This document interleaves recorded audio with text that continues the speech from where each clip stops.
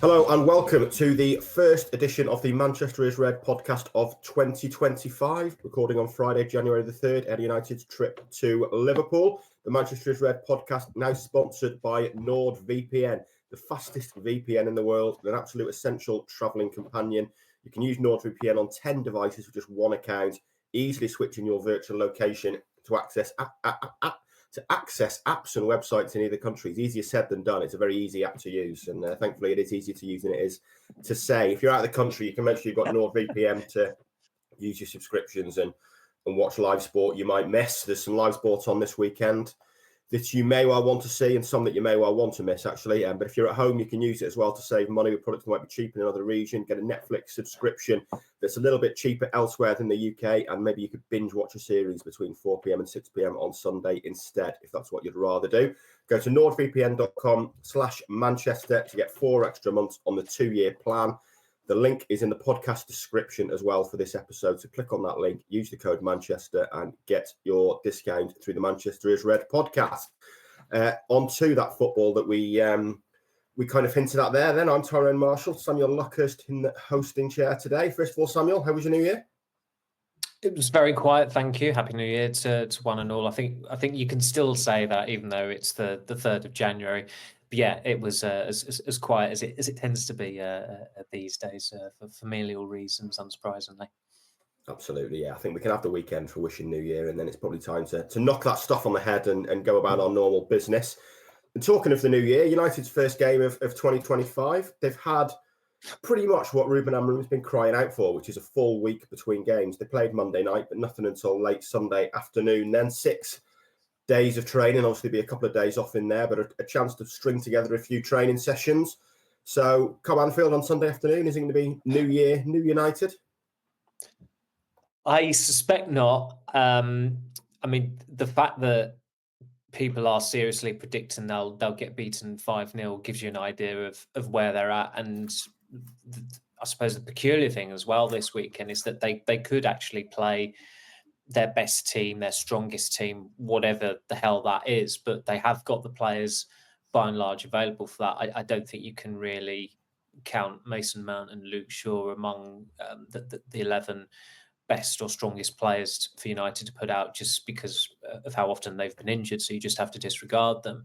But everyone going to Anfield on Sunday, even I think the United fan with the rosiest tinted glasses in that away end, is probably expecting it to be a case of how many they get beaten by. And unfortunately, it's a familiar feeling they've had going to Anfield. They've had it feels like maybe 3 times in the last 5 years, I'd say.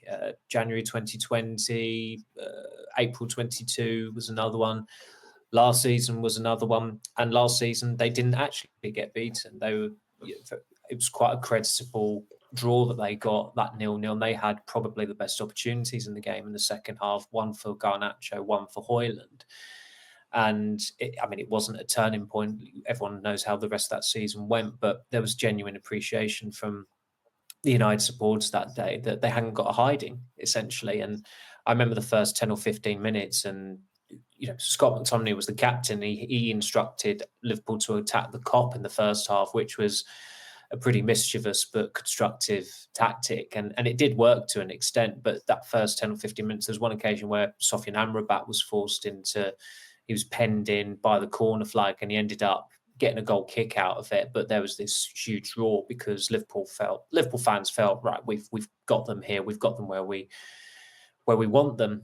But United defied expectations. This Liverpool is a different Liverpool to last season.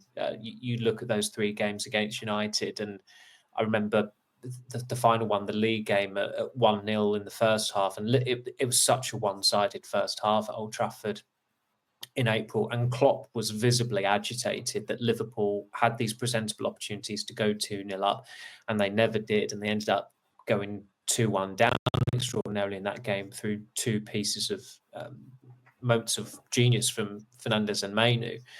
And they end up only getting a 2-2 draw, and it feels like a win for United, or more win for United fans at least, because they knew that they'd pretty much prevented Liverpool from having a look in for the title that day. And of course, they beat them in that FA Cup quarter-final for the ages as well.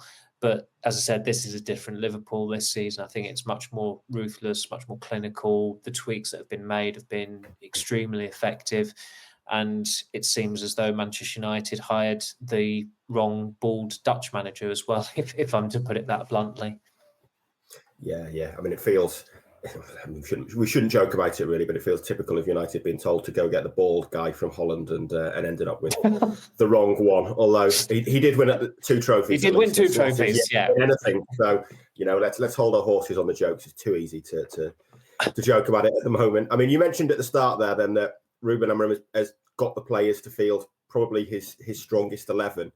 I feel like asking you, please tell Ruben what his strongest 11 is, because does he know at the moment? I mean, I'm not sure I could name it. What do you want to see this weekend then? Because it's become a very difficult game, hasn't it? We always do our not predicted 11s as such, but the teams that we would pick for a panel on match day. I don't think I've come close to getting one right with Amorim so far. And like I said, the aim of the game isn't necessarily to get it right. It's more our opinions. But predicting a Ruben Amorim 11 is becoming a pretty thankless task, isn't it? It is. I mean, I spoke briefly to Gary Neville in the week, and he'd said it before, he feels as though that he's got to pick the team that played against Forest. Now, of course, that team lost. But that day, when you looked at it, you thought, this is pretty much as close as it gets to what that strongest 11, best 11 would be. Garnacho and Fernandes behind Højlund, Ahmad on one wing, I think it was Diogo Dalot on the other, Ugarte and Mainu as the midfielders, back three of Yoro, De Ligt, Martinez, obviously Onana in goal. And I think it's got to be pretty much, if not that team, then very, very close to it. Like 9 or 10 of those players have got to be starting at Anfield on Sunday. I mean, it's people say, oh Christ, it's not on brand for him, but I actually did a positive piece on why United might actually have a chance at Anfield on Sunday at the start of the week, just to try and vary things up. And I genuinely do think that they can go down with a fight there. I mean, that was my feeling going into the FA Cup final as well. I just thought that because they had been so farcical against Coventry and they'd had the nadir against Palace, I didn't think they'd get thumped in the cup final. And they defied all expectations by having, it was their best performance in years, really, given the occasion, given the opposition, and to win an FA Cup as well. And they're going to need a similar level of performance. I suspect they won't get it this weekend. It's actually an inferior Manchester United side now than it was than it was 9 or 10 months. Sorry, 8 or 9 months ago. But the one selection, and I don't think it's going to happen, but the one selection that would be the wild card that I've kind of been railroaded into just through the incompetence of others is I genuinely think Rashford should start. And it's not a contrary pick. Who would you rather have up against Virgil van Dijk, Rashford, Xerxes, or Højlund? It would be Rashford. He's Optimum, and I know that is a really big if. But he's ridiculed Trent Alexander-Arnold a few times. He can play in that left-hand channel. Would he be motivated enough to put on a performance? Only Ruben Amorim and his coaching staff and people at Carrington would truly know that. There's no hint. He has been training, of course, but he's not played in 3 weeks, so there's an element of risk with that. But I don't think I've ever referred to Rashford as a caged animal, but you're kind of trying to channel that, mate, I suppose, if you were to start him. But I'm United are in such dire straits that it has got to that point that I would pick the player who doesn't actually want to play for the club or be at the club anymore. I say he doesn't want to play for the club. Of course, he wants to play games. He wants to make himself, he is available for selection. He's not gone on strike or anything like that. And I would tap into that. And it's not ideal. He's not a striker. I knew that several years ago. But United are in the Argo situation again of their only bad options, and Ruben Amorim has got to come up with the best bad idea that he has. And I'd be more confident if I was a United fan in that away end. And I'm sure a lot of those United fans on Sunday in the Anfield Road and lower they will not want to actually see Rashford in United shirt again for various reasons. But I also think that you've got to play to your strengths, and you look at how Højlund performed against Fabian Schär on Monday night. And the thing about Højlund and Xerxes is that I think we've seen with our own eyes during games that Amrim doesn't believe in either of them, whether it's his body language or some of the decisions he's made, with Xerxes most explicitly taking him off after 33 minutes on Monday. But he was probably more annoyed before and after that decision with Højlund, the way he was reacting to him. Like he berated him on one occasion. You obviously noted that he slapped his thighs in exasperation after a duel with Schär in the second half, I think it was.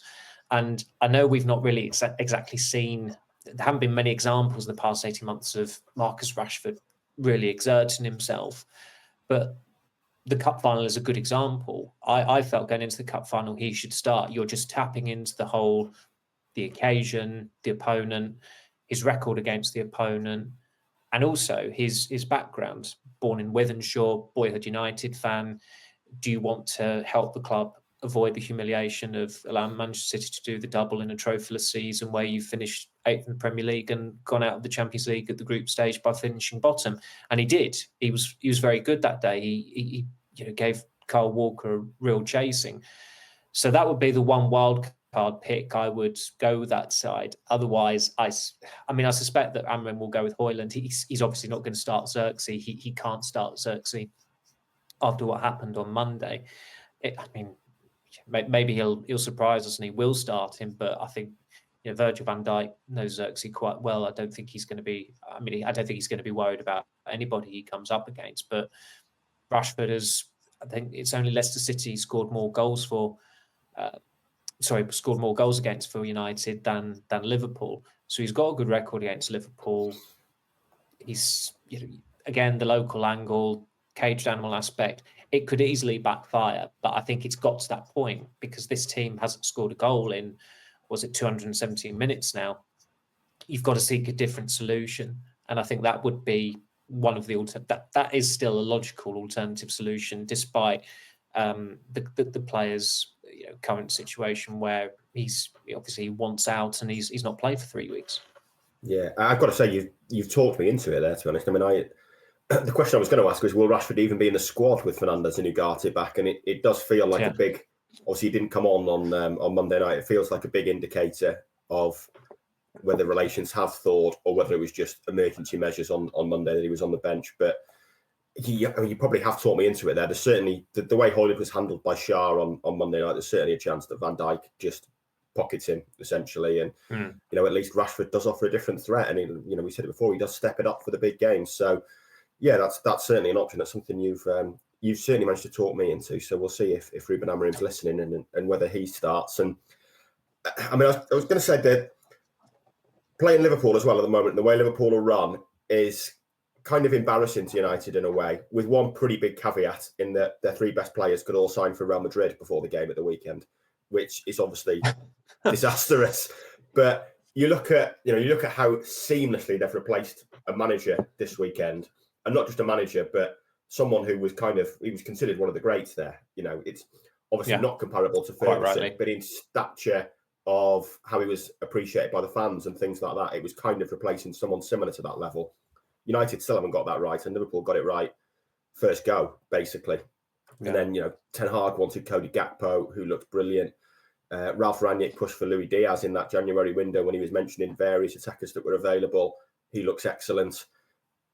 It's kind of a game that exposes a lot of United's flaws off the pitch as well, doesn't it? In the way that Liverpool have just got this structure right, and they've had a pretty big gap in the middle, which is going to cost them with those 3 players that are out of contract. But beyond that, they just seem to get a lot right, don't they? And run pretty seamlessly. And that has got to be, I'm sure anyone else won't be saying, look at Liverpool, but that's got to be what Jason Wilcox and Omar Barada and whoever else gets in that structure, gets into a position too, where you can have these big issues, but they just become seamless because everyone's pointing in the right direction. And that's not where United have been for a long time, is it? No, and that has been an issue on past occasions as well, or the recent past, where United have gone to Anfield and it has felt relevant to reflect on some of the players performing for the opposition. I mean, Fabinho is a good example. There was a very obvious opportunity there for a good couple of years. I mean, his wife was even, trying to talk up a move to United on Instagram before he moved to Liverpool in 2018. He was an excellent player for Liverpool for 4 or 5 years. Thiago Alcantara, infamously David Moyes, decided he wasn't for him in 2013. Van Dijk, there was never really any concrete interest from United, but you have to ask the question, why wasn't there any concrete interest at a time that they were signing? They just signed Victor Lindelof, and they'd signed Eric Bailly the previous summer as well, and look how they aged badly, I suppose, at United. So there are always little examples of that. I mean, the Diaz one was interesting because I remember speaking to United at the time, and they were pretty bemused by it, and I can understand why, because he was a right-footed left winger, and they had quite a lot of them. They had a plethora of them. They had Sancho, Rashford, Elanga, Marshall, although Marshall had just gone out on loan to Sevilla. Now, 3 of those players are gone, and the other one is going. So again, it ages terribly. And United can lament the bad luck and think, Christ, how's this happened? But it does keep happening to them. There's a reason for that. And it's because the running of the club is just not good enough. Cody Gakpo was another example. I completely, I've never looked at Cody Gakpo and thought he's going to be seen as one that got away from United, purely because when they were looking at him, he's another right-footed left winger primarily. I know he can play up front, but he didn't really strike me as the type of centre forward that United needed at that time. And again, they've got Rashford, they've got Elanga, they've got Sancho, they've got Marshall. It didn't make really sense to go for him, but that guy is going to clearly, by the end of the season, have contributed greatly to Liverpool probably winning the Premier League title. And again, people will ask questions of United and what they were doing there. So again, you can't just always put it down to bad luck or bad circumstances. This is an ongoing, this is an on-running theme. And the interesting thing I've noticed, because obviously there are parallels with it, with Liverpool being top and playing United at home in January with the game 5 years ago. You look at Liverpool's side that day when they beat United 2-0, and I think 6 of the starting 11 that day could feasibly start this weekend. Alisson, Alexander-Arnold, Van Dijk, Robertson, Gomez. I'm not too sure what the situation is with Konate there. Injured. And of course, so maybe not Gomez, but Salah. So that's 5 out of 6 players, 11 players from a game 5 years ago. The United side starting 11 that day, 8 of the players have left, and the only players still at the club were the back 3 that day. And 2 of those back 3 cannot play this weekend because they're injured, Lindelof and Shaw. The only one who could start is Harry Maguire.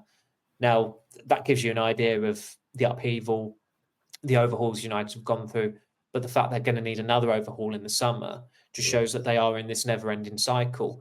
Liverpool have been a force for 8 years, it feels like 8 or 9 years, because they have had continuity and they've recruited really, really well. And I go back to the quote Ed Woodward gave us about 5.5 years ago, when he said, if you don't get recruitment right, you are effed. He didn't say effed, he actually said the actual word. And he never got it right, but that is what it boils down to. And Liverpool have got it right more often than not in recent years. Even you go back 4 years ago when their defence was decimated and they were having to play Jordan Henderson and Fabinho at centre-back. They still got through that season, even with teams going to Anfield and winning at Anfield for the first time since year dot. They still finished in the top 4 and they got through it. And in the end, it was, although it was a massive major come down from the previous season where they won the title, it was a weird kind of moral success in a way, because they'd still qualified for the Champions League. It wasn't an end of days kind of season. And they knew, I think objectively looking at it, you'd have thought, okay, look, it's not been a good season, but we've finished in the top 4. These games have been played at Anfield in training ground atmospheres. You can almost put an asterisk next to Everton winning at Anfield for the first time since 1999, or Burnley winning at Anfield, or Fulham winning at Anfield, because the gates will be reopened next season. We'll have our fans back in, and normality will be restored. And it was. They got to all 3 cup finals that they could have done, and they were about 45 minutes away from winning the Premier League title. There is the evidence, even in a crisis, which is what they had in 2021, of a club really looking at the big picture and knowing what they're doing. Yeah, absolutely. And you're absolutely right to say we're looking at another rebuild at United this summer when they've just spent 600 million in 3 summer transfer windows on a rebuild. But that seems to be the situation we're in.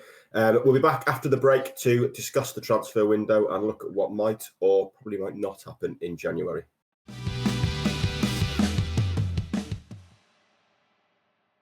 Welcome back to the Manchester is Red podcast. January the 3rd, so the transfer window has swung open. Nothing happening so far at Old Trafford. And to be honest, Samuel, it's probably going to remain that way. I mean, give us a bit of insight into how January is shaping up at Old Trafford. And I guess the reality is that unless something happens going out, nothing's going to happen coming in, really, is it? No, they are in that position again where they will have to sell to buy, or someone to go out on loan for someone to come in on loan. You go back 2 years ago when they had quite an eventful January window with 3 players coming in on loan, but they had leverage to get all those players in. Martin Dubravka, of course, went back to Newcastle, no loss. So Jack Butland came in. That was done very quickly. That was easy. Where Ronaldo had forced his exit, they needed a striker, they needed a body, but they didn't have the finances to go out and sign someone permanently. So it was Wout Weghorst who came in. And right at the tail end of the window, Christian Eriksen got injured against Reading, or was injured, I should say, rather crudely, by Andy Carroll. He was out for 10 weeks. So that meant they needed someone to come in, and Marcel Sabitzer was a pretty good piece of business. And I think that gives you that's one of the best examples of why, when push comes to shove, United can actually get it right. Sabitzer wasn't a great player for them. He wasn't quite necessarily a good player overall, but he served a purpose. He scored a few goals. He could play in midfield. He could play as a number 10. I think he contributed to some tactical innovations that came off for Ten Hag in the spring. There were a couple of games where Fernandes would play deep in midfield, Sabitzer would play higher up. I think he might have got an assist for Marcus Rashford winner against Brentford. And having seen Sabitzer before he played for United, I was pretty confident that deal would be a pretty good one for them. And he was injured for the final weeks of the season. You felt at the time, well, that is a setback for them, because he definitely serves a purpose in that squad. You look at this United squad now, and it's a completely different situation. Back then, they were comfortably in the top 4, and everyone thought and knew that they were going to qualify for the Champions League that season. They're more worried about the bottom 4 than the top 4 now, but they still need someone to jolt that squad. Yet the word from the club is, there's a good chance that nothing will happen in January. Last January, I think we all knew it was going to be a non-event going into it, that it would just be a case of a raft of academy players going out on loan. That's exactly what happened. And, I think they absolutely have to do something this month by hook or by crook, whether they have to do a bit of wheeling and dealing. But the finances, the way the window works for United now is very, very different. I remember a couple of years ago when you were, you did did the stories on Weghorst. I think you spoke to someone and said, well, what could the loan fee be? Could it be like 2 million, 3 million?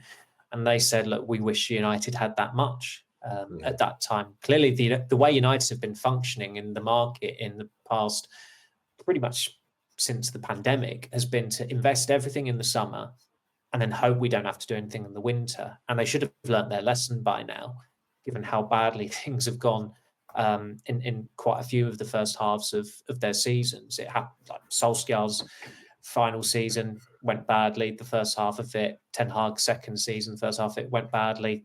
The first half of this season has gone very badly as well. So that's three of the last 4. And they're still in this situation where they've got quite a big squad. They're doubled up in every position. So they don't have the financial leverage to go out there and get someone else in. It always has to be one out and one in. And I can understand that, because you don't, obviously, because of PSR, because of FFP, they need to comply with them. They are sailing very close to the wind of breaching them because of the mismanagement and the way they've gone about the running of the club in recent years. So they're trying hard to comply with it. But also, when you look at that squad, I mean, I think it was on the day of the Community Shield, they added Harry Amas, Toby Collier and Ethan Wheatley to the first team squad. I don't think anybody, maybe Collier, just because of the amount of time he's been in the squad this season, but nobody really regards any of them as truly first team squad members. I mean, Harry Amas has barely been involved with the first team this season. He's been on the bench a handful of times, but he's still not made his debut when we all expected him to make his debut in the Community Shield. Ethan Wheatley has had 1 or 2 cameos, but again, he's still regarded as an under-21 squad member rather than a first-team squad member. So it's a 25-man squad, effectively, or 26-man squad, and 3 of those squad members are goalkeepers. So it's not that big a squad overall, but still, they're restricted as to what they can do. They absolutely need a left winger or a left back, but Luke Shaw is injured, and nobody's going to be taking Tyrone Marshall off their hands in a very small window where clubs obviously want a player who's going to improve them for the remainder of the season. Malacia absolutely, I think, has to go and will go in the summer.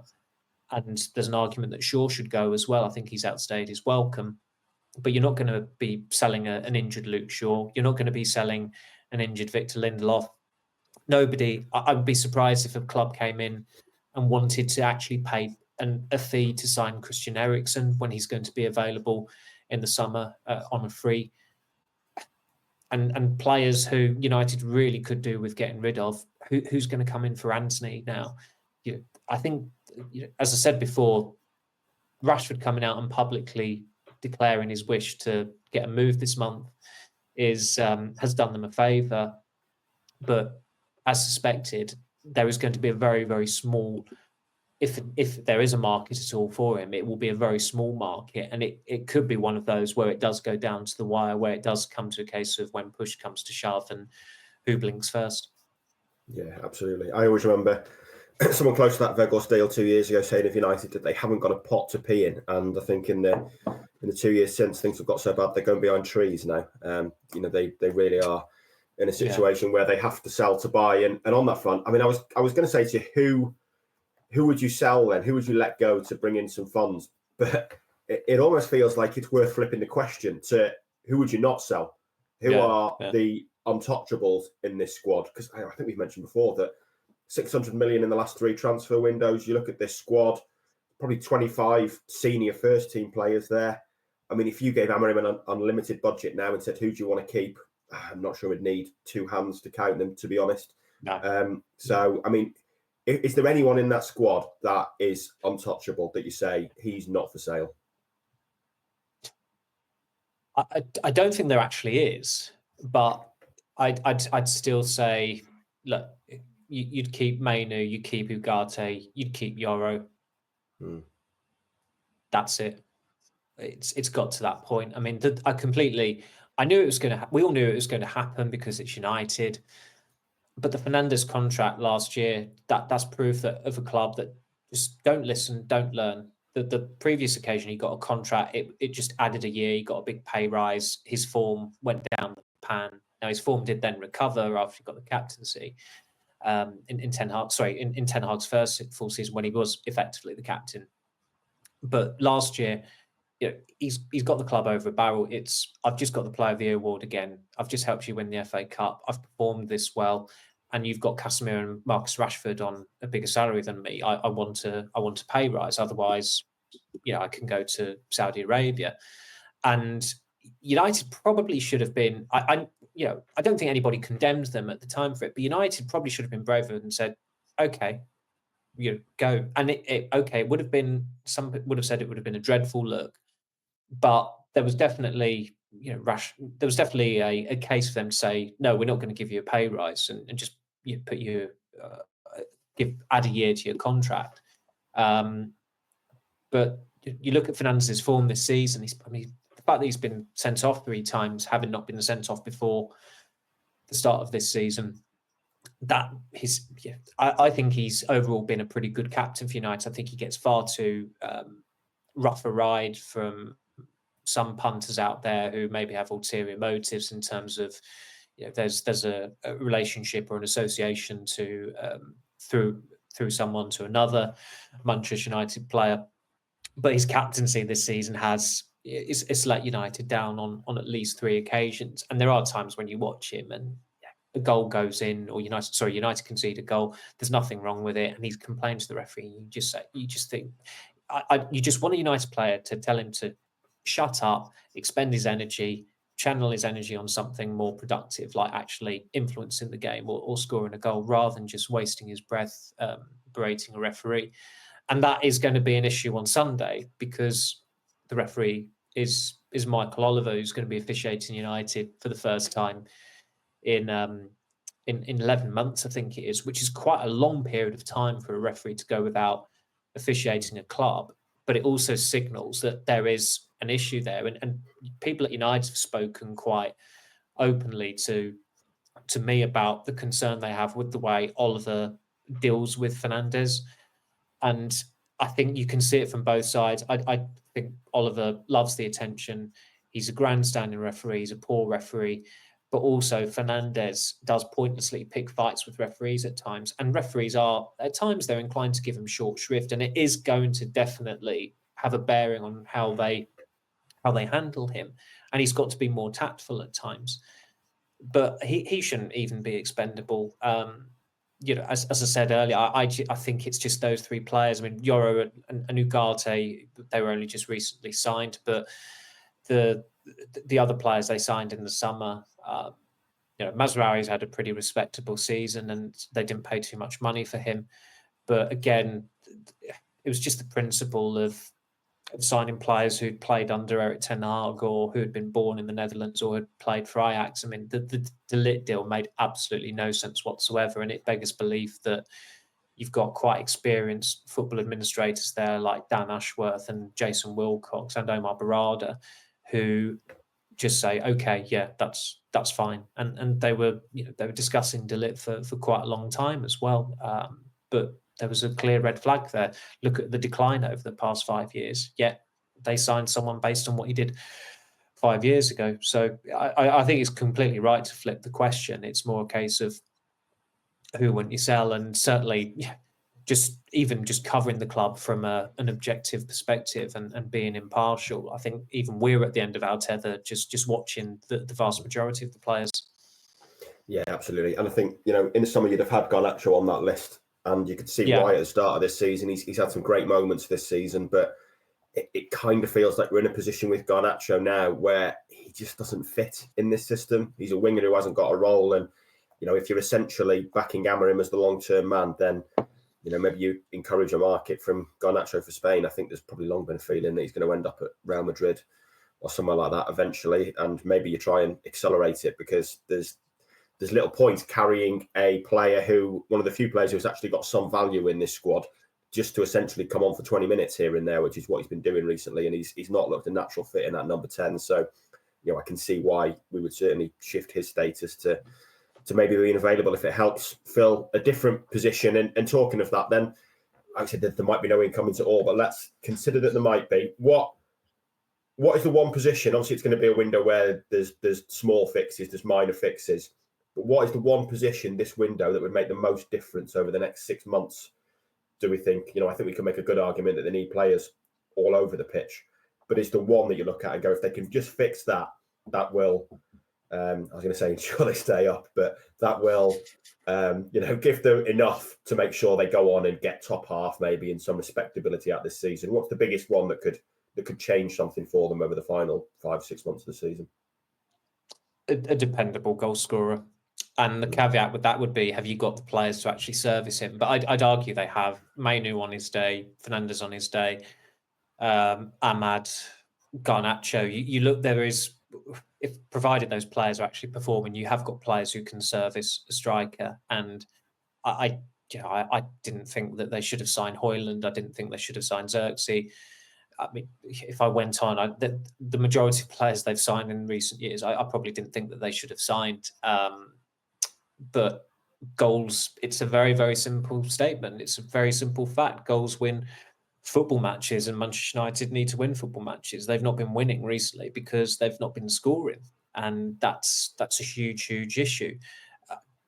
Come the summer, if it's at all possible, they will need 2 centre-backs. They will need at least 1 left-sided player / left-back. They will need at least 2 central midfielders. They will probably need at least 2 attackers. That's 7 players already. I think in terms of the outgoings, there need to be, they need to break double figures for that anyway. And I think there's a pretty good chance they will do. It helps that a lot of the players are coming to the end of their contract, but they do need a fix right now. And it is interesting. I mean, it's probably worth delving a little bit deeper into it in terms of not just strikers or attacking players United have signed or looked at in January, but also other clubs. I mean, this is going back 21 years, but you'll remember John Stead at Blackburn. Yep. It's a classic example of a club threatened by relegation going out there. Is there a striker in the market who can help us? And finding this gem who only turned it on for about 5 months, but he must have scored 6 or 7 critical goals between February and May that ensured Blackburn stayed up. After that, he reverted to type. He was what he was. He was a championship standard striker at best, but he's probably got a little cult following at Blackburn because I think one of the winners he got was against United in the second half of that 2003-04 season. But there is an example of short-term gain, and United even had a bit of short-term gain from Odion Ighalo, and at least until the pandemic, he served a purpose, just being a support striker for Anthony Marshall. Marshall, of course, was so brittle he could only play once a week. United didn't have an alternative striker at that time, and so Ighalo would come in for the Europa League games against Club Brugge or Lask, wasn't it, or Derby County in the FA Cup, and he scored against all of those teams. They were his goals. After the pandemic, unfortunately for him, he became redundant because the dynamic had changed. Rashford was fit again, and Ole Gunnar Solskjaer settled on a best 11 quite quickly post pandemic, and United had I think they were unbeaten for the rest of the Premier League season as well. Weghorst was a terrible striker for United, but he helped them win the League Cup. He started in the League Cup final, and I think from memory he played reasonably well in the first half. He had a shot that was tipped over by Loris Karius, and Weghorst only got 2 goals. He got half as many goals as Ighalo. So, but there would be Erik ten Hag certainly would spin it as a success, and he was spinning that him as a success as recently as this season. So it is always possible to do something. I'm not having that there's nobody out there who cannot come into that Manchester United team and not have an effect at this stage of the season, irrespective of price, whether they'd be permanent, whether they'd be signed permanently or on loan. There has to be somebody out there who can do it, because as I said, even Blackburn 21 years ago, they found someone. I mean, where was John Stead from even? I can't remember where they signed him from. Was it Huddersfield or someone like that? I was going to say he was definitely at Huddersfield at some point. He played for Huddersfield, didn't he? And he moved on to Sunderland. It was Huddersfield. Yeah, it was Huddersfield. Oh, was it? Huddersfield to Blackburn, yeah. Well, there are times where I despair at my own memory, and with this. And he got 6 goals in 13 games in that season. So you're right with 6 goals as well. Incredible. Yeah, I know my capacity for useless information storing it's embarrassing at times. So there you go. Yeah. John Stead. I don't think I need to say any more about John Stead at this point. No. Well, I don't think we expected to end this podcast today with Manchester United need their own John Stead, but there we are. 6 goals in 13 in his first half season, and then 2 in 29 in the second season. But there you job done, I guess. So there we are. United on the lookout for a modern day John Stead in January. I feel like the next 4 weeks we're going to be spending a lot of time talking about the January transfer window, and probably not John Stead again. But Samuel, thanks for joining us. I'll see you in a couple of hours for yes, Ralph Rangnick's press conference then, for Ruben Amorim's press conference, and see what delights. His press conferences have at least been a highlight so far. He's been an excellent talker. So looking forward to that. But we'll be back on Monday to dissect events from Anfield and see how that's gone, and probably once again touch on the window and what may or may not be happening. So remember to subscribe to get the latest podcasts in your feed. Leave us a like if you've reviewed it, if you've liked it today, and a review as well if you think we've been good. And that's all for now. We'll speak to you on Monday.